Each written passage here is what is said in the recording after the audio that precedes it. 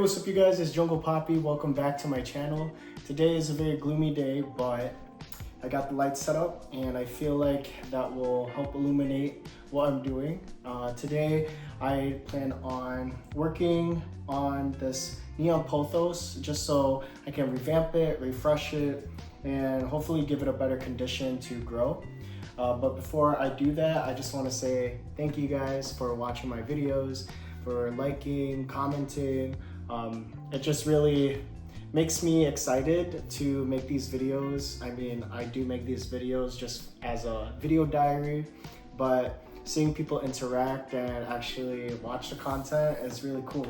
And I love watching my old videos and seeing the development of my plants.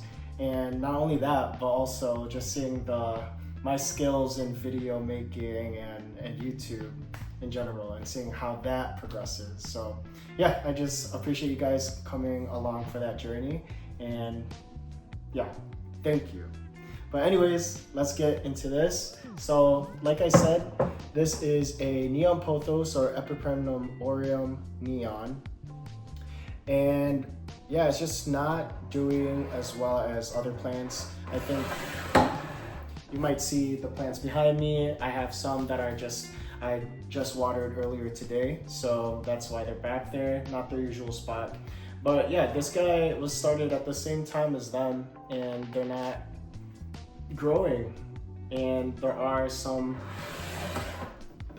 leaf damage and spots on the leaves, obviously from lack of watering or lack of right conditions, poor lighting, pests. So I just want to give it some TLC, because one thing I really want to start collecting when it comes to, or start focusing when it comes to my plants and what I do purchase, is sticking to neons, goldens, aureas, things like that, because I really love the color yellow, and anything neon or like very eye-catching really catches my eye, and something that I think speaks to me and what I want to grow and have in my collection. I'll do a close-up of what the leaves look like. You can kind of see what I'm talking about when it comes to the leaves, as well as there is like a black ring around the stem, which is concerning. So I want to address that, and hopefully revamping this and refreshing the moss, that's basically its whole setup, will help it grow into these other plants back there. So I got my box cutter right here, and one thing I'm gonna look for is probably, I really want to cut above that black stem right there. You could probably see that there, but I'll once I chop it, I'll show it to you guys. But I don't know if I should cut it below that or above it, because if I cut above it, it is a really short cutting. It like is just a 2-3 node cutting, and I don't want to risk having it rot off. Like if this is already blackened and it hasn't spread, I think it should be fine. So I think that's what I'm gonna do. And one thing I noticed too is it's already coming off the moss pole, like it hasn't really attached. So that could again be because of the lack of humidity from the moss pole, because it's always so dry. There's nothing for the roots to be enticed to grow into. So yeah, I do have this plant growing in a back corner tucked away with other plants, only because it doesn't look nice, because it's so damaged and ugly. You will be beautiful. I don't mean it like that. So yeah, I think I'm just gonna cut below that node, the blackened part, and hope for the best.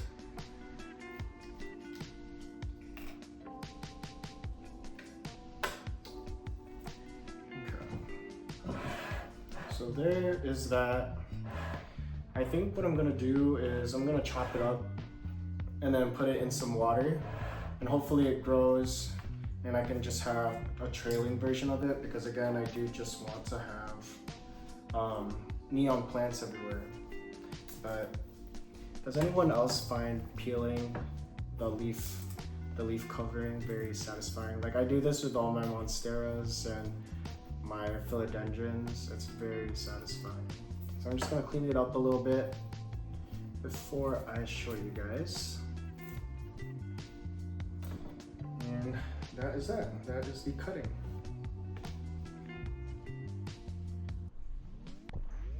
So let me show you guys what it looks like.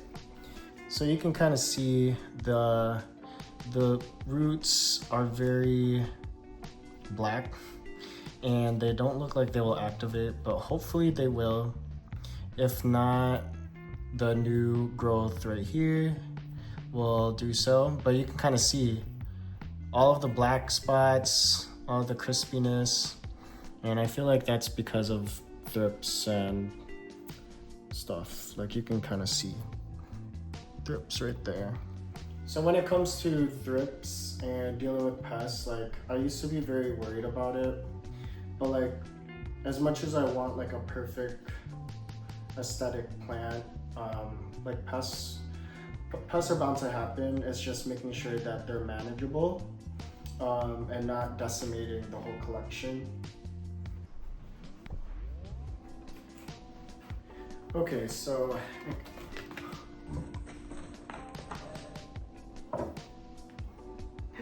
no. Okay, so I got the cutting right here. I rinsed it off, tried to make sure that there was no pests on it.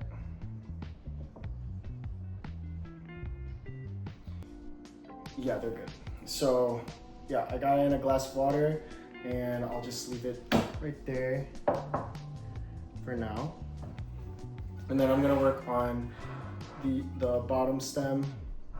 Now, like I said, the roots are not really that attached. Just kidding, I guess the bottom portion is. So I'm just gonna try ripping it out. I don't really care about being gentle. Like my main focus is that top cutting, and anything else is just like insurance or a possible duplicate. So I'm just gonna use my box cutter to just slice off the roots because it is kind of dug in there.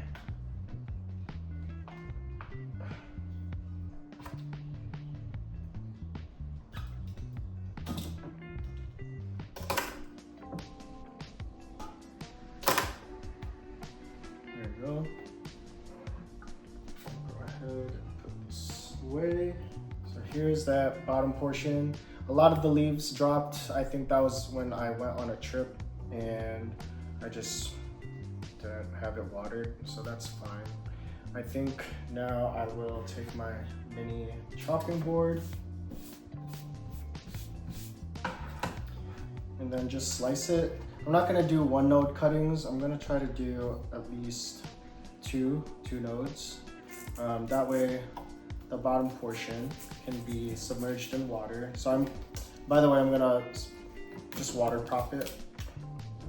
So that's the most bottom. And then this one. But yeah, one node should be submerged in water and then the other will be up above the surface of the water. It looks like we got 4 cuttings and one that does have a leaf. I will keep that leaf on there. Hopefully it will help it push out new growth faster. And I do have a glass of water right here. I'm not too worried about the remaining moss on it. Again, I'm just trying to make it low effort. If it grows, it grows. There you go. Looks kind of gross. I think I'll put it somewhere where I don't see it too much because it looks kind of like dirty water. But here is a close-up. All right, so one of the things I got from my Amazon package was moss poles, and I got a pack of 8. And it's not like this, I preset it up because I don't want to spend time editing me making a moss pole. I feel like there's a lot of videos out there on that, but this is so satisfying. Like, so much moss. And I should have just done a block, or like cut up the block of moss and like re-moistened the amount I need, but having it all prepared is nice, because this isn't gonna be the only plant I'm revamping. Foreshadowing. But yeah, just like with all my plants now, I'm going to be using a kimchi jar, cleaned of course. And so I made sure before buying this moss pole on Amazon that it was able to fit inside the hole, which it does. So there we go. It is very deep, so that's one thing to keep in mind when it comes to doing something like this. I feel like it's gonna be buried so far. So instead of starting it up right at the bottom and base of it, I am going to keep it a little bit higher so it's elevated from the bottom, just in case there's any sitting water and any of the roots that do form, that will form, you better form, will go down and reach the moisture that it needs. So I am gonna set it up. And I just wanna see what is the right height to do it.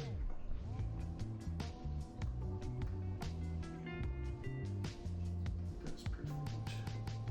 Right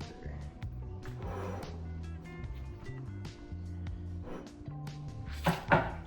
And the moss poles did come with Velcro, like Velcro ties, which is very nice. I do have a lot of it from my previous moss poles, but just using a fresh one is perfect. It helps prevent the spread of pests if the used ones have pests or whatever.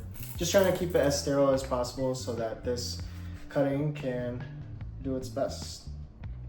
I will put a little bed of moss just so that it can have extra contact with moisture. Then take the Velcro.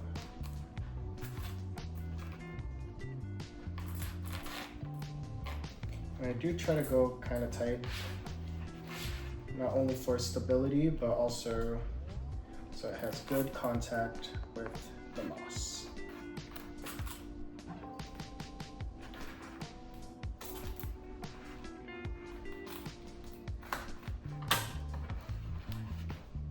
There's that.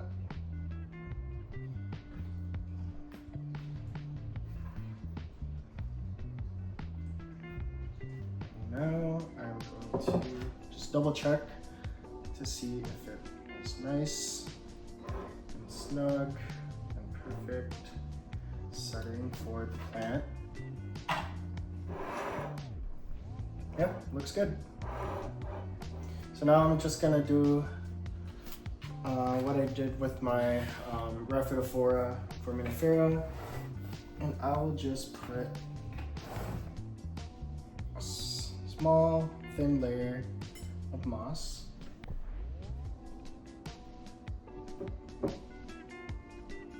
And then also put some on the back wall.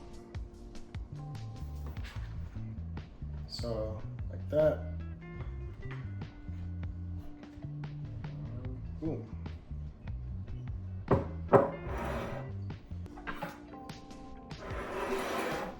Now I'll just fill in the rest of this, and I'm gonna use forceps to help me reach those little nooks and crannies.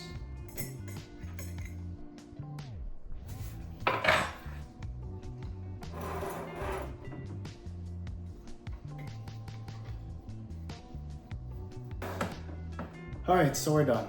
And this is what it looks like it already looks really cute. It's nice and compact compared to the previous glass vase it was in, and I think the fact that this is some fresh moss and a fresh pole and everything's pre-moistened, it will give it a nice chance to grow and push out some roots. And again, I do have some insurance right here, and hopefully these also sprout, because I think having a nice trailing neon pothos is nice too. But I'm just gonna have this in a better growing spot.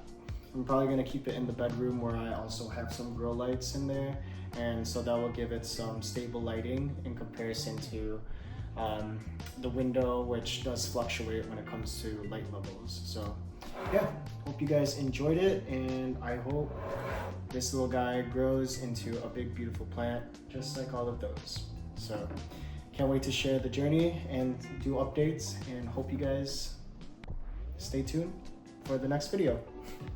Thank you and peace.